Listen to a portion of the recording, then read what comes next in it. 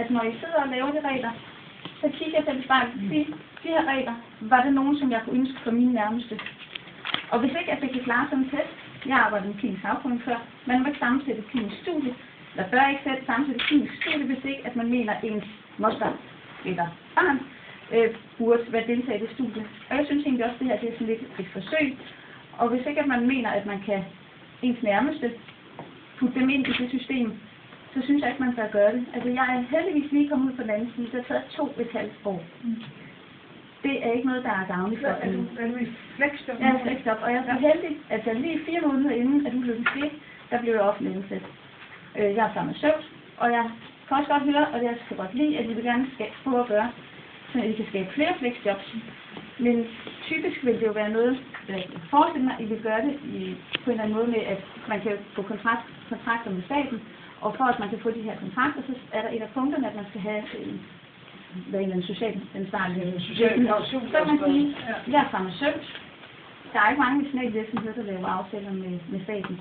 Altså, så nu er jeg ansat på Seminstituttet, men det skal jeg så være de næste 35 år i mit liv i den samme stilling.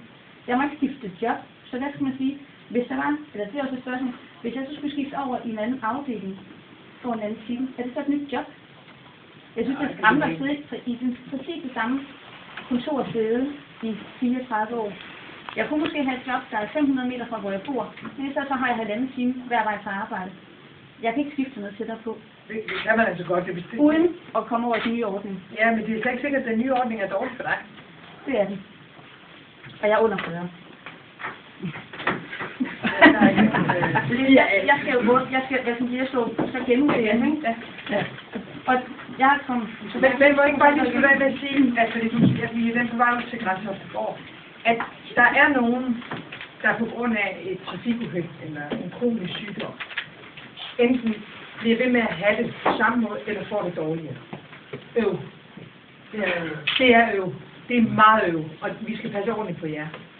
Men der er altså også nogen, der er nødt til at sige, der får det bedre. Heldigvis. Der er rigtig mange mennesker. Jamen det er der altså. Ja, der får det bedre, ikke bare sådan. Der er mange mennesker, der får det bedre, og vi bliver bedre til at behandle. Og der er mange mennesker, der med den rette indsats får det bedre. Der er, og det spørger man siger du så, at kommunerne ikke gør deres arbejde? At der er meget, meget stor forskel på de mennesker, der er i fleksjob. Og vi skal selvfølgelig passe på dem og på jer, der ikke kan få det bedre, men samtidig sørge for, at dem, der får det bedre, at de også kan arbejde til. Det er altså den balance, vi skal finde. Og hvad angår spejlet, så er den... Vi kan ikke nå mere, men vi kunne lave et møde om det. Ja, det tror jeg, vi bliver nødt til. Det synes jeg kunne være en rigtig god idé. Vi skal lave et offentligt møde omkring... Må jeg give dig vores detaljer, så har jeg? Godt. Vi siger tak, fordi I kom. Jeg synes, det var rigtig flot. Tak skal I have.